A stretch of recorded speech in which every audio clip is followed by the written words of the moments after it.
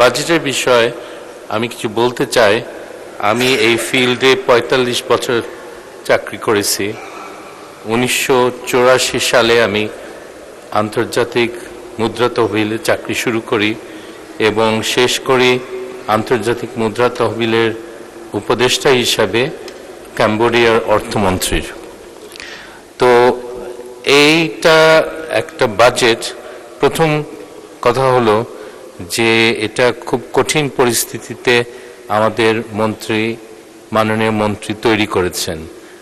পৃথিবীর পুরো অর্থনীতি একটা ধসের দিকে নামছে এবং এই পরিস্থিতিতে করা খুব কঠিন। এখন বিভিন্ন ফোরকাস্ট আছে। ওয়ার্ল্ড ইকোনমিক আউটলুক ফোরকাস্টে প্রত্যেক 6 মাস পর পর কমছে এবং স্ট্রেটস অফ হরমুজ এর পরিস্থিতির জন্যে এটাতে আশ্চর্য হওয়ার কিছু নেই।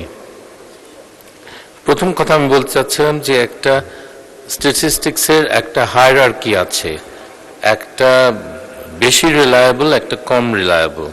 সবচেয়ে রিলায়েবল সাধারণত যে নির্ভরযোগ্য সবচেয়ে হলো আমাদের মনিটারি স্ট্যাটিস্টিক্স, তারপরে ফিসক্যাল স্ট্যাটিস্টিক্স, তারপরে এক্সটার্নাল নাম্বারস, আর সবচেয়ে নিম্ন স্তরের হলো আমাদের রিয়েল সেক্টর স্ট্যাটিস্টিক্স। আমি বোঝাচ্ছি কি, ম্যাক্রো ইকোনমিক ব্যালেন্সেস কেন গুরুত্বপূর্ণ।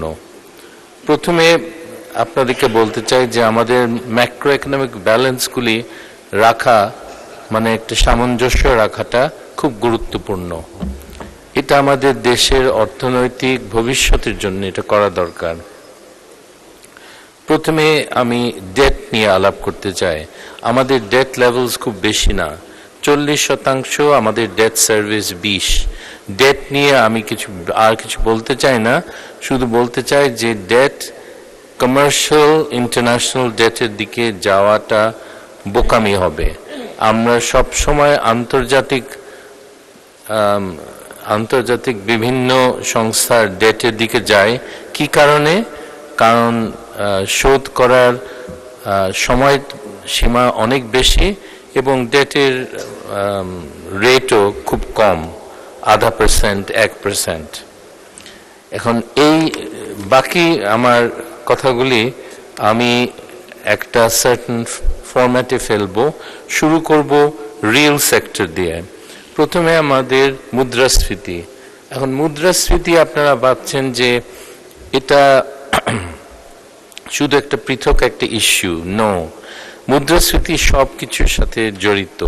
এক্সচেঞ্জ রেটের সাথে জড়িত, মনিটারি পলিসির সাথে জড়িত, আমাদের গ্রোথের সাথে জড়িত এবং আমাদের ফিসক্যাল পলিসি কি সেটার সাথে জড়িত।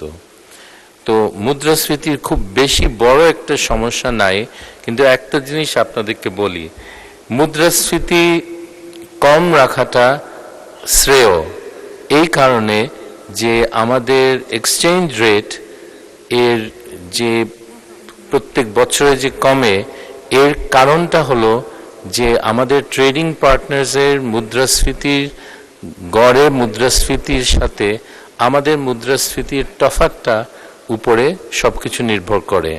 যদি আমাদের মুদ্রাস্ফীতি 10 হয় আর আমাদের ট্রেডিং পার্টনার্সের 3 হয়, তাহলে আমাদের এক্সচেঞ্জ রেট 7% কমবে। তারপরে গ্রোথ এখন মোটামুটি ভালো, কিন্তু ইনফ্লেশন আর গ্রোথ লিঙ্কড। আমরা লো ইনফ্লেশন আর লো গ্রোথ যদি চাই, আমাদের ইতিহাসে একবারই হয়েছে অনেক আগে, তখন মুদ্রাস্ফীতিও কম ছিল আর আমাদের গ্রোথও ভালো ছিল। এখন লেবার এন্ড ওয়েজেস, এইগুলি আমাদের শ্রমজীবীদের বেতনের একটা গুরুত্বপূর্ণ একটা প্রভাব পড়ে মুদ্রাস্ফীতির। সবচেয়ে ভালো অবস্থা কখন জানেন? আমার বাবা আমাকে শিখিয়েছে একটা সিম্পল একটা রেশিও, সেটা হলো টোটাল ইনকাম দিন মজুরদের, তারা যারা কোদাল নিয়ে রাস্তার পাশে বসে থাকে, যাদেরকে কেউ দেখে না, এবং ডিভাইডেড বাই কোর্স রাইস। যেমন দিনমজুরের যদি বেতন 140 টাকা হয় আর সস্তা চালের দাম যদি 20 টাকা হয়, সে 7 কেজি বাসায় নিতে পারবে। এই রেশিওটা খুব খেয়াল করতেন উনি, কারণ উনি দেখতেন যে দিন মজুরের জন্য এটা খুব গুরুত্বপূর্ণ এবং আমাদের সরকার জনগণের সরকার হওয়ার কথা, আমাদেরও তো এটা দেখা উচিত। অ্যান্ড ইনকাম ডিস্ট্রিবিউশন, আমাদের বৈষম্যের কথা বড় বড় বক্তৃতা অনেকে শোনান, কিন্তু গত সরকার এটা নিয়ে কোনো কাজ করেনি। আপনারা এটা জানেন যে গরিব লোকরা তারা যদি এক্সট্রা ইনকাম পায়, প্রান্তিক যে ইনকাম পায় তার বড় একটা অংশ তারা খরচ করে 100%, এবং এটা সরকারের, এটা অর্থনীতিতে একটা পজিটিভ একটা প্রভাব ফেলে। আপনি একটা কোটিপতিকে যদি টাকা দেন, 10,000 টাকা দেন, সে হয়তো খরচই করবে না, এটা আমাদের অর্থনীতিতে খুব বেশি প্রভাব পড়বে না। কিন্তু গরিবরা 1,000 টাকা কি 100 টাকা পেলে 100 টাকাই খরচ করবে। সো তাদের মধ্যে একটা ইনকাম ডিস্ট্রিবিউশন করা, আমি মনে করি এটা সম্ভব এবং এটা করা উচিত। Finally quality of growth, ICOR. ICOR শব্দটা হয়তো আপনারা ফ্যামিলিয়ার না, ইনক্রিমেন্টাল ক্যাপিটাল আউটপুট রেশিও। কতটুক ক্যাপিটাল দিলে আমার গ্রোথ বাড়বে, এটা খুব গুরুত্বপূর্ণ। আমি যদি টাকা দিয়ে অনেক বিনিয়োগ করি আর বড় বড় 7,000 স্কোয়ার ফুটের অ্যাপার্টমেন্ট বানায় আর শপিং মল বানায়, আমার প্রবৃদ্ধির হার বাড়বে না। আমার মাননীয় সদস্য, আপনি কমফোর্টেবলি শেষ করতে গেলে কয় মিনিট লাগবে? আচ্ছা, তাহলে আপনাকে আর 4 মিনিট দেওয়া হলো, দয়া করে 4 মিনিটের মধ্যে শেষ করুন। মিনিট দেন। হ্যাঁ জি, পরে আমি ইউটিউবে 4 মিনিটস থাকতে হবে আমাকে।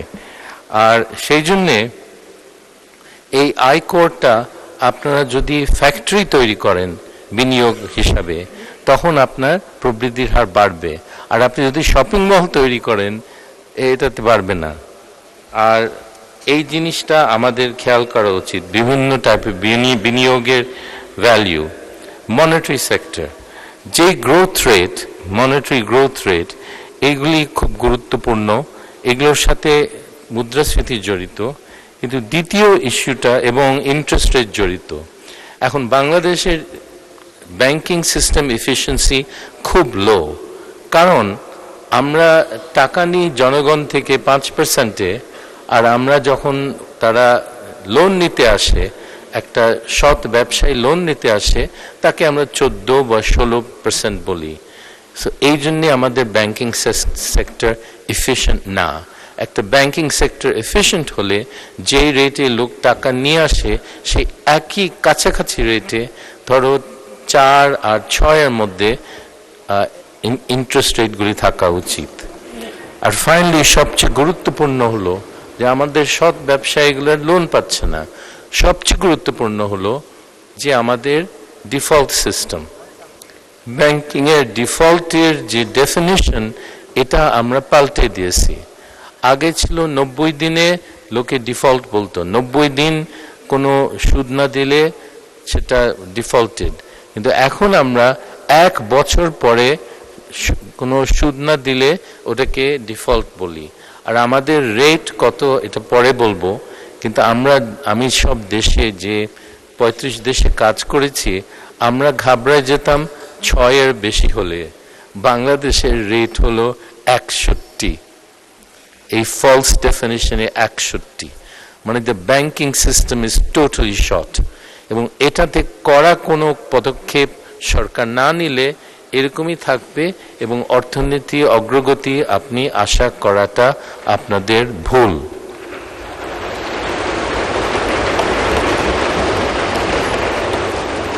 আমি আশা করি অর্থমন্ত্রী সাহেব এই ব্যাপারে কিছু করবেন, কারণ আমাদের ব্যাংকিং এফিসিয়েন্সি বাড়াতে হবে।